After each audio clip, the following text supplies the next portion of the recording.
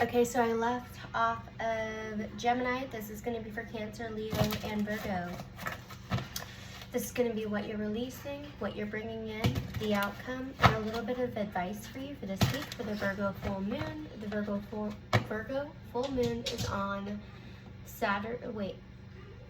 Friday, the 18th. It's supposed to be fixing areas of your life that you are a perfectionist, you demonstrate judgment, you overextend yourself.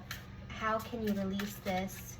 What are you bringing in, and what is the outcome? So the first one is going to be for Cancer, Sun, Moon, Rising, Venus, and Mars.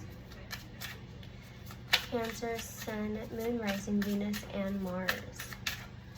Also, if you have none of those placements, but you have a lot of placements in the second house, I would still check, especially if it's in your sun sign. That one came out. That's going to be, what is it that you are releasing, what you're bringing in, and the outcome. Oh, interesting. Ooh, interesting. This one's very specific. What you're releasing is home. So you're releasing structure, foundation, the people that give you sacredcy, the people that you feel have been a very foundational and structural part of your life, are releasing that. So people that you used to call home, your rock, you're releasing this very grounded, very structured, very traditional energy, or people, literally. What you're bringing in is teaching. So it's almost like you're going away from this structure of being home and being introverted and being with people, being comfortable, and getting outside your comfort zone and being outside, being with people that you're unfamiliar with. So with home, I get familiarity, and with teaching, I get expansion and unfamiliarity. So that's what you're bringing in. And it's interesting, the outcome is sexual energy. So if you have a lot, and it's I am almost sure that is either a horse or a hyena. I might sound like an idiot saying that, but it's this thing that's just prancing around. So it's almost like you're going from a found energy to a wanderous energy, which is fine. That's probably what your soul needs. So let me go ahead and pull some advice for you. Advice for Cancer, Sun, Moon, Rising, and Venus.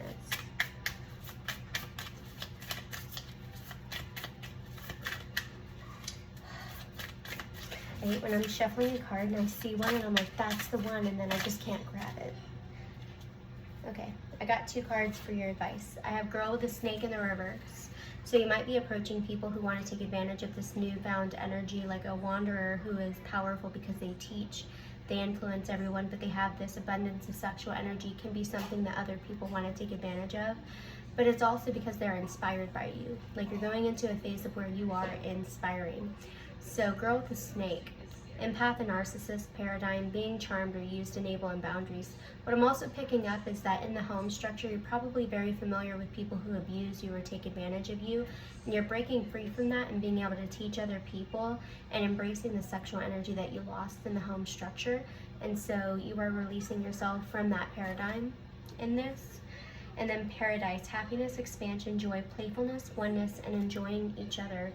Teaching and this prancing energy, whatever it is that's moving forward, literally is about expansion and joy and being playful. It's about how can I teach and be a wise person for other people to be inspired by, but how can I also be free? So that's something that you are learning in this Virgo week. Soon to come, it could be cultivating right now, or you could have already seen the fruition of all of this happening. That was good. So let's move on to Leo. Leo, Sun, Moon, Rising, Venus. Leo, Sun, Moon, Rising, Venus. What I was picking up for Cancer as well, I don't want to bring you into Leo's energy, but what I was picking up is like you're leaving and removing yourself, whether you're young and from being codependent to being free and single, and you see the abundance of all of that.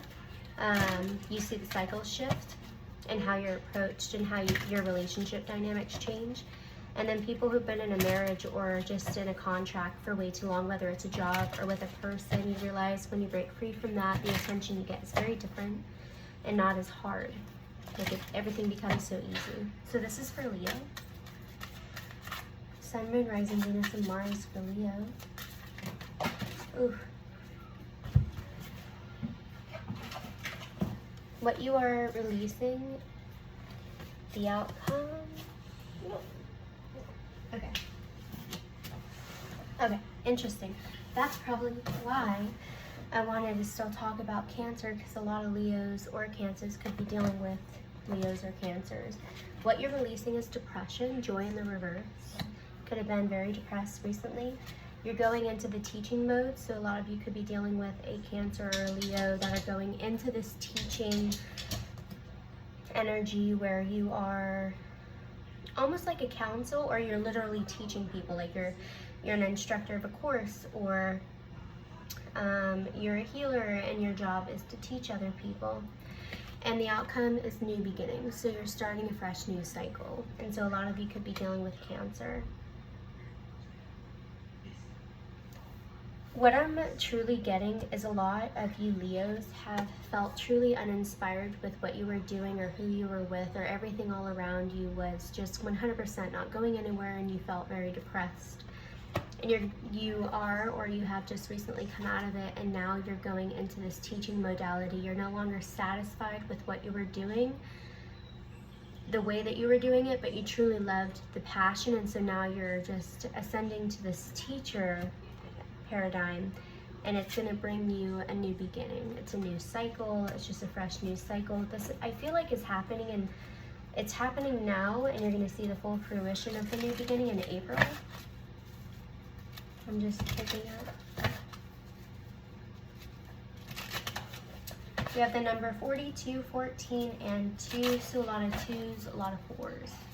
Foundation, home, harmony, companionship. There's not a lot of singular notion here. It has a lot to do with union. Doing things with another person for Leo. Advice card for Leo, Sun, Moon, Rising, Venus, Mars. Advice card for Sun, Moon, Rising, Venus, and Mars for Leo. One more. Photograph. Looking at your photos, missing you, nostalgia, making new memories. This could be someone that you lost connection with in the past life soulmate. It could be someone that you had a start, stop with. It could be someone that you just created really nice, beautiful memories with. You didn't have a lot of arguments with this person. Karmic relationship in the reverse. Feelings, triggers, turmoil, resentment, lessons, letting go, and loving you. So it feels like this is bringing in, or you're doing this with a person that you have had a connection with in the past, and it's time to have a new beginning with this person. It was not the right time. This could have been the reason why you were in a depression, and now this new role is taking you somewhere with your own purpose. And with you taking the endeavor for your new purpose, you're going to allow this person back into your life. But you had lessons to learn with them, and the lessons were to kind of push you out of your old way of living into this new beginning of teaching other people. So very similar to Cancer. Let's move on to Virgo. Sun, Moon, Rising, Venus, and Mars for Virgo.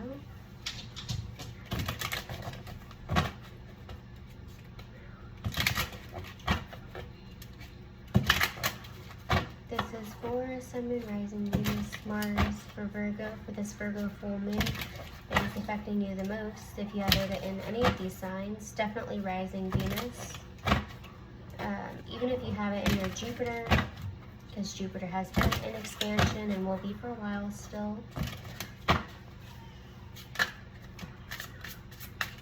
Okay, we have unlimited possibilities is what you're releasing, but it's actually in the reverse. So feeling very limited in your potential, like having this thought process that you're too old to go forward, or your situationship, whatever it is, like your relationship, or if you have children, or if you've put yourself in a very committed relationship and now you feel like you're not free anymore to make the decisions that you used to make. There's something limiting your perspective to reach this highest highest potential. That's what you're releasing. And what you are bringing in is home, sacred space, divinity, divination. You're bringing in, the home is honestly like, I've reached my highest potential. I've reached true foundation, true prosperity. I can finally calm down and do the things that I love. So that's what you're bringing in. So instead of, it's almost like you're changing the definition of what you thought was your highest potential into prioritizing what home is, what structure is, what foundation is, what is safe. I'm going to clarify unlimited possibilities. Sorry if you hear my dog in the background. Let's get, there we go. Self-love is the outcome. Okay, so what I'm picking up for Virgos is like you had all of these expectations for you, outside of you, everything that was around you, and you're like, I always see things to fix, I always see things to make better, I always see things, like all the possibilities and all the ways to just grow and add to something to make it better. And you're releasing this need to always find a way to make something better, always find a way to add to something, because in that aspect, you're never truly satisfied. And then bringing in home, bringing that in is like, am I satisfied with what I truly have? What do I have? And you're recognizing the efforts you've put forward, what other people have put forward, and you're appreciative and like appreciation, support equals satisfaction. And so you learn how to become satisfied with what you have, but it goes into this unlimited satisfaction. You were afraid that you were just settling because you could always see how things could be better, but you're like, it's not about that anymore. It's about what is safe, what is abundant and overflowing without having to add to it. And in this, in turn, like being able to actually appreciate the people who put forth effort, or appreciate your own efforts towards what you do, gives you this energy of self-love and harmony towards yourself. Like, I don't have to do anything today. Even though I didn't, I wrote down 10 heavy things on my to-do list and I only did 3 of them, I feel like I was productive. Even though I didn't do everything, I felt very productive. And so you're honoring the energy where you can just relax because you're satisfied with what you've done today, or what you've done that day, or what someone else has done for you. Self-love gives you the ability to love others. So let's pull an advice card for you, Virgo.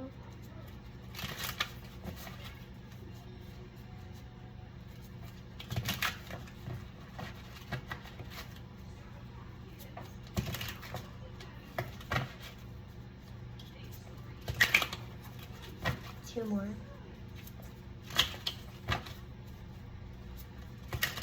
For Virgo. Healthy choices.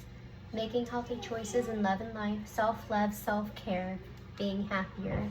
So this is all surrounding. This is, I am choosing, even though I only get 2 or 3 things done on my to-do list.